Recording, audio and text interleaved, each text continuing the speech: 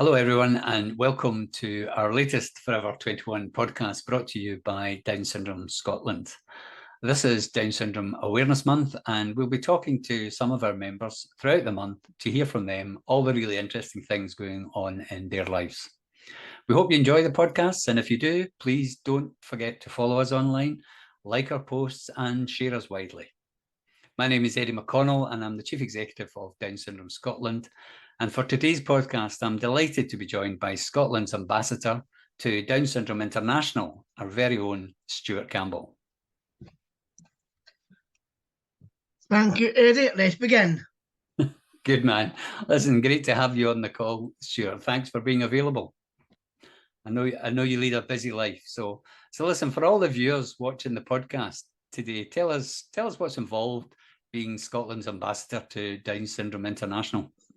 Well, it's actually a lot of hard work. We do make it interactive and understandable.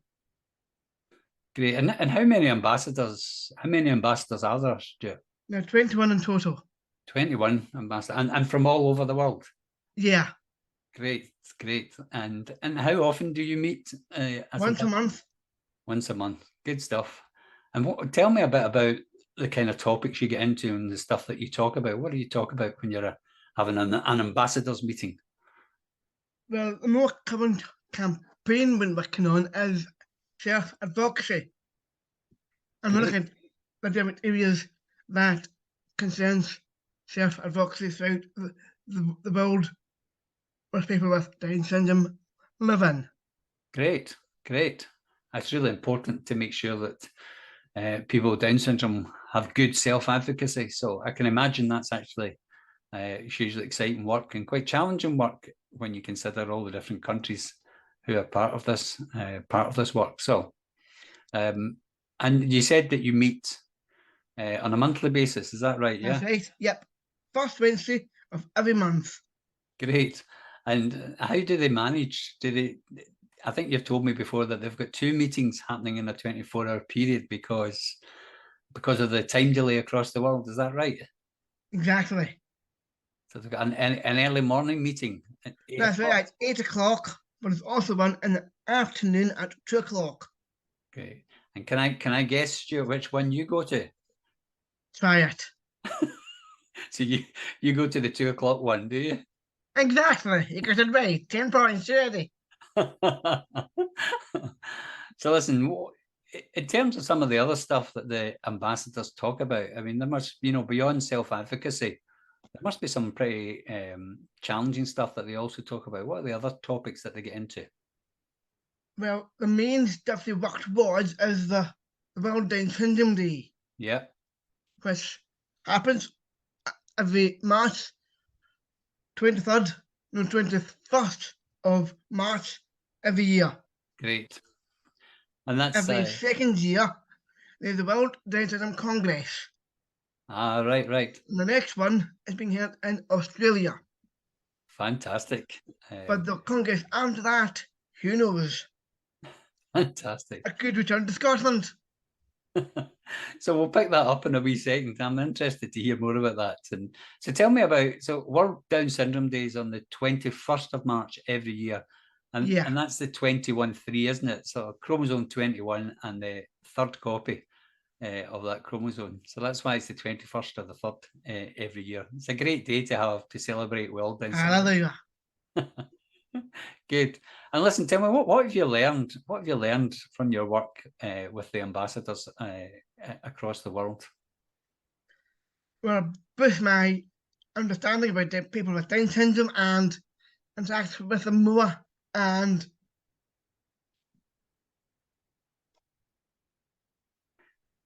good for you. You fixed the lighting there, Stuart. Exactly. Good man. Okay, so you mentioned the World Down Syndrome Congress as an event that used to happen every 2 years. I think it's been a bit interrupted by the pandemic, but the last gathering of people was in 2018 in Glasgow. Yeah. Is that right? There is another gathering of people, but this time it's in Australia.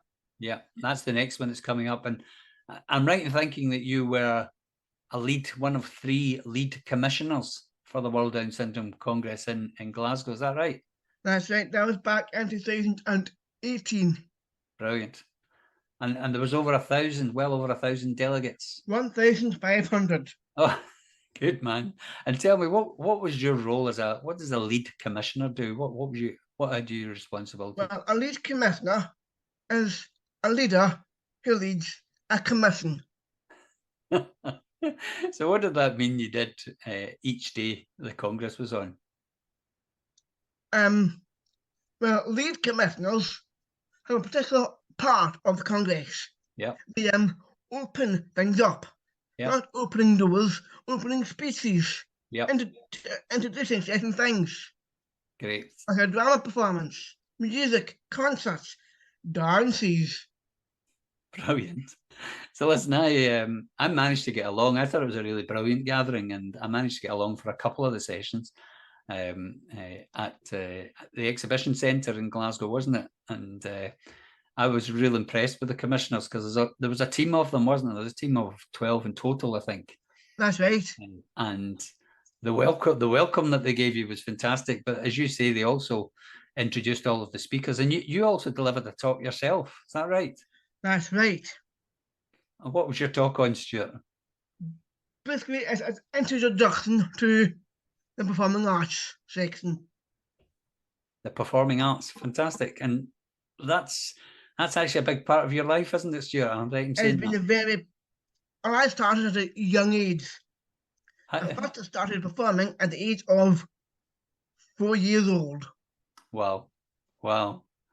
So it's been in your blood all this time, being a performer. It's been in my genes the whole time.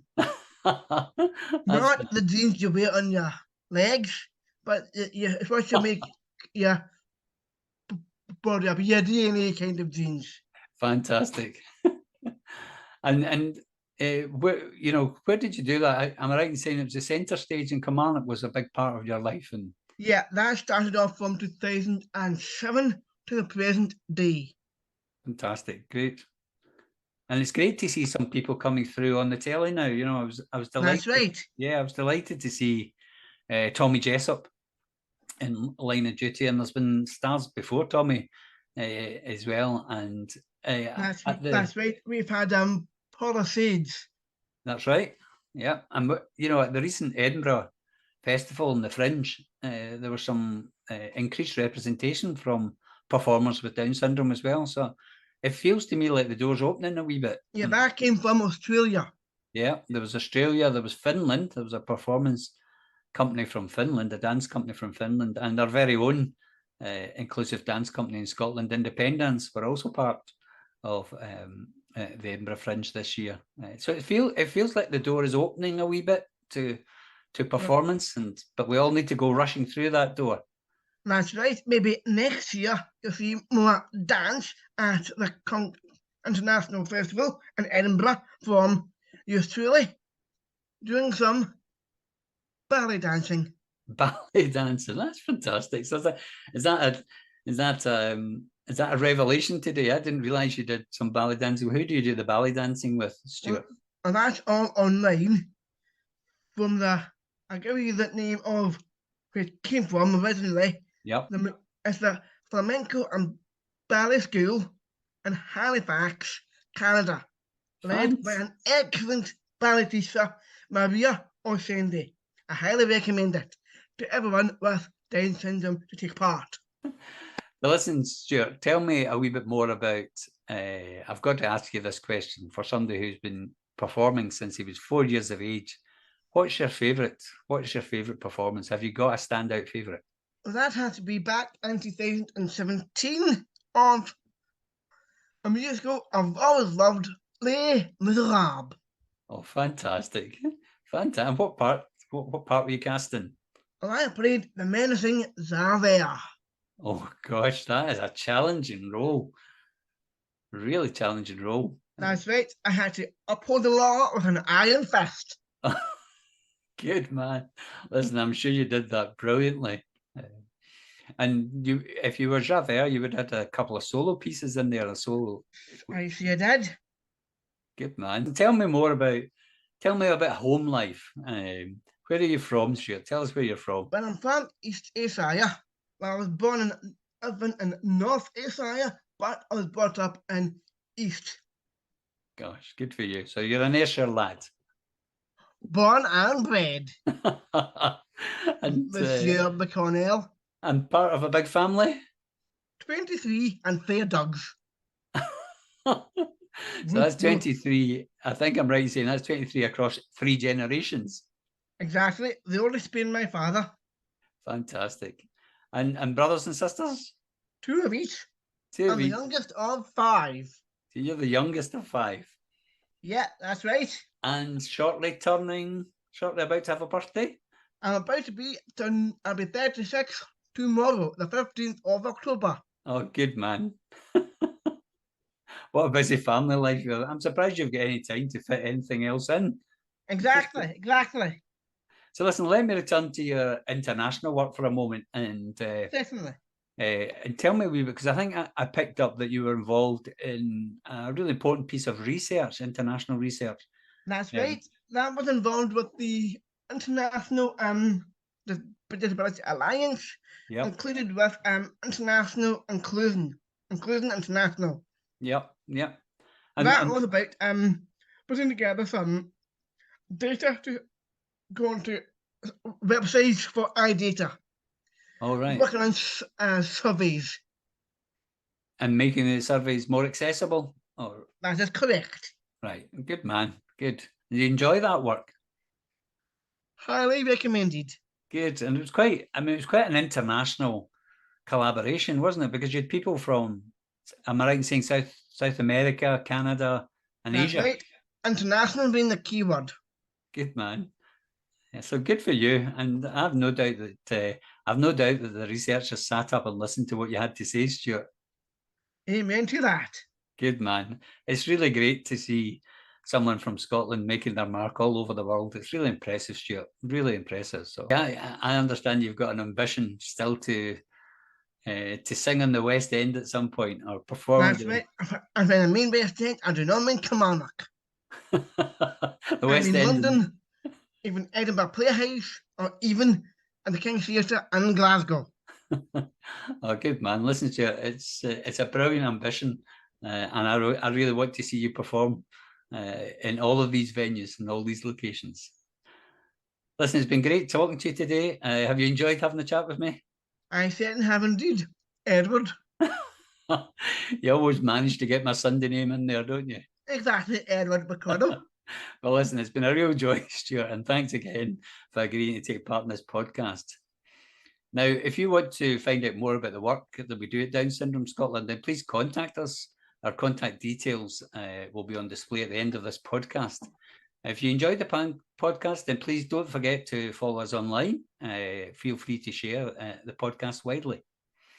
Our work at Down Syndrome Scotland has never been more needed, and we need all the help and support available. If you're able to make a donation to help in that work, then please just scan the QR code at the end of the podcast. We'd really appreciate that, but we know that times are tough. So all that remains for me to do is to thank my charming guest, Stuart Campbell, for taking part in this podcast, and to remind you that another Forever 21 podcast will be making its way to you very soon, courtesy of Down Syndrome Scotland. So thank you all for watching, and from Stuart and from me, have a great day. Bye for now.